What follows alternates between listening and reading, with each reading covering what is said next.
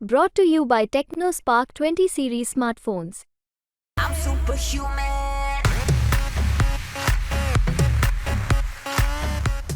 देशातल्या पहिल्या टप्प्याचं मतदान आज पार पडतंय. राज्यभरातही काही मतदारसंघात मतदान आहे. काय मतदारांना आव्हान कराल? टप्पा नाही वाढत चाललं. मी एकच आवाहन करीन सगळ्यांनाच की मतदान करणं गरजेचं आहे, मतदानासाठी उतरणं गरजेचं आहे, मतदान वाढलंच पाहिजे आपल्या देशामध्ये आणि लोकशाहीसाठी मत हे फार महत्त्वाचं आहे.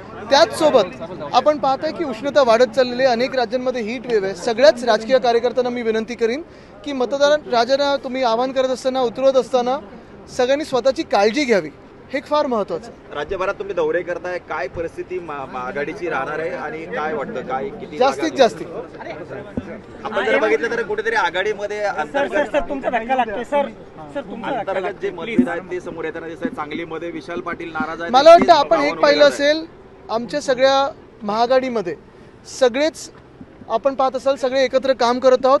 काही काही ठिकाणी खेचाखेच होत असते, कारण महत्त्वाची गोष्ट म्हणजे आमची तिथे ताकद आहे सगळ्यांची, म्हणून होत असते आणि प्रत्येकाला वाटतं की महाविकास आघाडीसाठी सीट आम्ही जिंकू शकतो.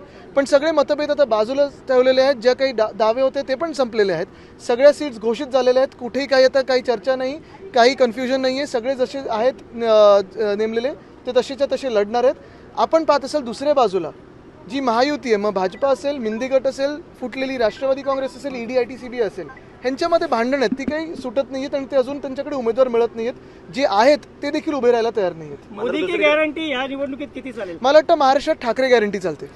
400 पारचा नारा ते देत आहेत. तुम्हाला वाटतं ते 400 पार? मला वाटतं गॅस 400 पार म्हणजे आता 1100 पार झालेलं आहे. पण एक बघा, ह्या देशात नारे खूप दिले जातात, पण आज आपण पाहतोय देशभरात एक वेगळी लाट वाहत आहे, परिवर्तनाचे वारे वाहू लागलेले आहेत. तापमान वाढलेलं आहे, त्या परिस्थितीत कसं आव्हान प्रचाराचं राहणार आहे सगळ्या पक्षांसमोर? प्रचार करत राहायचा. आम्ही सगळे मेहनत करत आहोत. जी काही कामं आम्ही केलेली आहेत ती आम्ही लोकांसमोर नेत आहोत.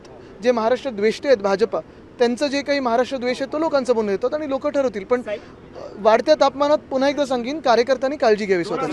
साईंच्या भूमीत तुम्ही आहात. काय आज साईबाबांकडे प्रार्थना कराल? जे मनात असतं तेच त्यांना माहिती असतं, म्हणून काही मागायचं नाही, दर्शन घ्यायला येतं नाही. 2014 उद्धव साहेबांनी ज्या वाकचौऱ्यांचा गद्दार म्हणून उल्लेख केला होता, आज पुन्हा त्यांच्यासाठी आपण पाहिलं असेल ते स्वतः स्वतःहून आले उद्धव साहेबांकडे आणि ते काम करायला आलेले आहेत. पण कधी त्यांनी गद्दारी करून, म्हणजे त्यावेळी जसं आपण सांगताय जे घाण महाराष्ट्र द्वेष्टे राजकारण करत आहेत तसं नाही केलं. त्यावेळी काही मतभेद असेल ते दुसऱ्या पक्षात गेले होते, आता परत आलेत, काम करतात. मुद्दा असा आहे की जी आत्ता गद्दारी झालेली आहे मिंदेंकडून, ती महाराष्ट्राच्या विरोधात आहे.